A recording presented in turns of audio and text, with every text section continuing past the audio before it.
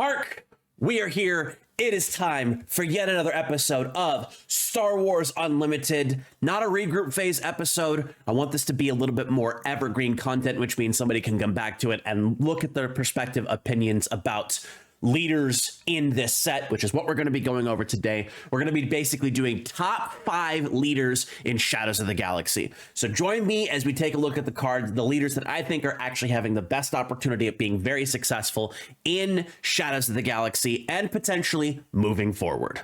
So if you remember, or you watched it, or you don't remember, I'll recap it really quickly. Last time we did this for Spark of Rebellion, I did top 3 leaders, top 3 perspective leaders, and bottom 3 leaders out of the 18 leaders that we had available to us in Spark of Rebellion. This time I'm actually going to change it up a little bit, and depending on how this video goes, this might be the format that we carry on forward through the rest of the game's lifespan as I continue covering Star Wars Unlimited. Covering bottom 3 leaders is super negative and not important. It's basically the same thing as the bottom rungs of a tier list. Nobody ever really takes a look at those things because people constantly say they're bad, they're not good, you're not going to win games, all that other stuff. And that's not what we're here to do. Obviously, not mentioning something means that I probably don't think a lot about it, but that doesn't necessarily mean that you don't think a lot about it or don't want to think a lot about it. So the 5 leaders we're going to be going over here are going to be ones from Shadows of the Galaxy. They're going to be the ones that I think have the most potential or are just straight up the best leaders that are in the set. Top 5 in no particular order is going to be presented here for our Shadows of the Galaxy leaders now that the entire set has been spoiled. So let's start us off with the character that I think actually is going to present the most build options in Shadows of the Galaxy, and that is Gar Saxon. Everybody knows what Gar Saxon is. Basically, he's the Krennic of this set, but instead of taking damage, it's upgrades. There's a lot of upgrades in this set, and there's a lot of passive ways to give your characters experience tokens and shield tokens, which do count as upgrades, which means most of those characters will have +1/+0 plus whatever else is on top of that. This flip side, being able to get back your played upgrades like Ruthlessness, I believe, is the aggression one. We have Brutal Traditions, which is the vigilance one. Those types of things are things that Gar Saxon really likes to use. A lot of high damage, high output upgrades that you're going to want to be playing with this leader. I think this leader skews a little bit more towards vigilance, aggression, villainy, but even if you do any other combination of aspects plus his vigilance and villainy, I think you're going to be doing really good. This is a good Imperials Matter leader. This is a good Mandalorians Matter leader, and because he's an official, if you do throw him into command, there's a lot of different ways you can utilize that with the combination of Emperor's Royal Guard and other officials that exist in the space. And if you just straight up do double vigilance and try to build this as a Imperial control deck, much like Iden does, having something like this available to you when you play a character like Childson, which gives you +1/+1 for each vigilance card you show from your hand, you can end up having +5/+4 if you showed 4 vigilance cards. So there's a lot of different interesting things you can build around with Gar Saxon. Flavor-wise, I'd be building Mandalorians. Villainy Mandalorians definitely have a lot of open space in it. The heroism ones are a little bit more open at this moment, but I assume as we keep going on, we might see some more villainy stuff. So Gar Saxon, I think, is definitely one of the best leaders to be in Shadows of the Galaxy. Next up, we have Jabba the Hutt. Command villainy, very hot commodity in Star Wars Unlimited. Early on, a lot of players didn't really vibe with Command, but as the decks started releasing, we saw Command get put into basically every meta deck that existed. Sabine, Boba, Iden, Vader, Tarkin himself was the Command leader itself. Palpatine, very popular leader. Jabba the Hutt is no exception, but Jabba's bringing Command villainy at a different level. Rather than Imperials and different things that do stuff like that, you've got your Underworld stuff, which is pretty good. Front side, the bounty that you put on one of your opponent's units makes your next unit cost 1 less. Leader's unit side, you do it for 2 less, and Jabba the Hutt will also allow one of your other units to capture something. So make sure you have a beefy unit on the board, such as the Rancor, that can protect the unit that you're capturing and make sure that you have the ability to do lots of extra cool things with Jabba's bounties that you can use with him on the board. 2 power isn't really that much to write home about. 12 health really is, though. And realistically, his 2 power doesn't matter because you want to be using this bounty every time. Underworld matters to Jabba the Hutt. Salacious Crumb, Lady Proxima, damage, heal, damage, heal. Those types of combinations are going to be really good with this. And then you just play your other underworld units. You will still be able to use the cool things like Super Laser Technician for your acceleration, resupply, again, for the acceleration, Overwhelming Barrage, which is one of the best cards from set 1. Lots of really cool Jabba tech, which makes Jabba a lot better, especially with the underworld package that you're going to get in this set. I imagine Jabba will end up being mostly command cunning, but however you choose to build him, you have a very powerful leader in Jabba the Hutt. Next up, we have Bossk. Bossk generated a lot of hype early on due to his hyper aggressiveness and control-based gameplay with bounties. This is your bounties matter build, and if your opponent is using their upgrade removal to remove the bounties that you've placed on your opponent's units, that means they're not using it to remove whatever upgrades you have or anything else that's happening in the game. So I think this is going to be a really nice aggressive combination, especially with your early game bounty hunters like Jango Fett and Dengar especially. Migs is another interesting card that if you can get the extra discard out, you can do those extra pieces of damage. But dealing 1 damage to a unit with bounty allows you to target one of your opponent's bounty units. But if you have your early game bounty units that have higher health, you could do it to your own things to give it +1 on the action. And then flipping for 5 into a 4/6 makes him 1 health less than Boba Fett, which is absolutely incredible, and your double bounty collection with Bossk. So Bossk definitely wants to focus on bounties, whereas something like Jabba the Hutt doesn't necessarily, while still having a bounty effect.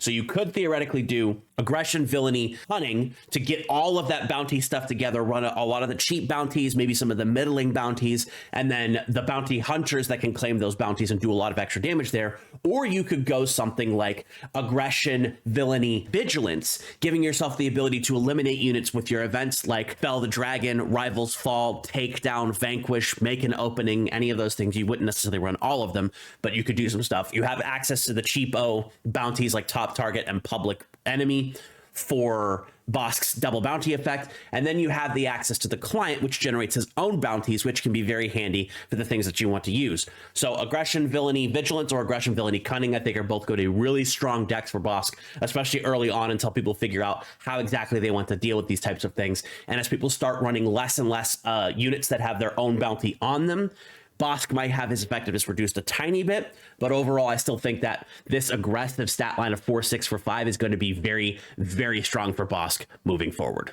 So we've seen a bunch of different things that Gar Saxon can do. We've seen the control-based build that you're probably going to be running with Jabba the Hutt, and we've seen the mid-range build you're probably going to be running with Bossk. Han Solo, 100% in aggression, is going to be your aggro deck because he's putting out units early, putting out units often, and making himself have the ability to just ram things into your opponent and be able to defeat your opponent before they have a chance to respond to any of the big things that you're doing. As an action, being able to put into play a unit from your hand that costs 1 less. So all your 1 costs are 0 costs, all your 2 costs are 1 cost, so on and so forth, at the cost of putting 2 damage on it isn't that big of a deal, especially if you can, in your next round, just quickly ram those in. You end your rounds by deploying your units with your action. You begin your rounds by attacking with those units before your opponent can do anything to them.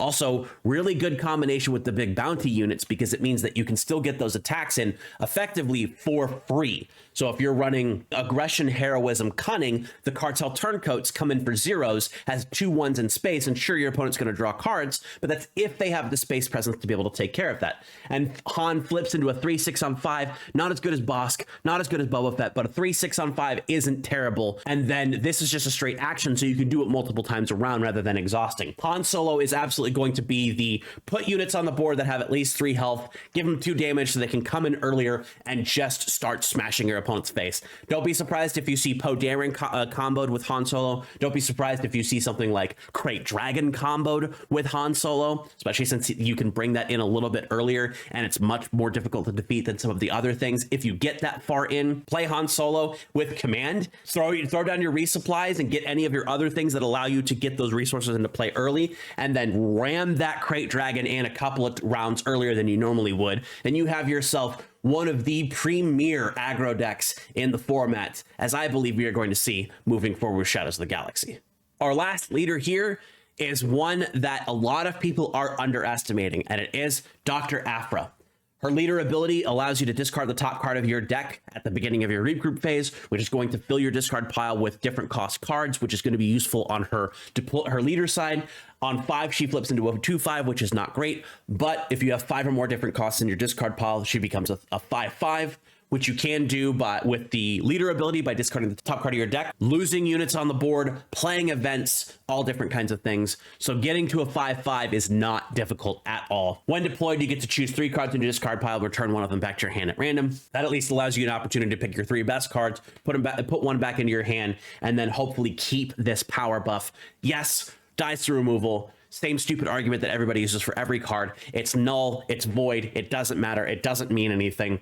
Because the idea behind Aphra is not specifically what her unit does, it's what the leader side does.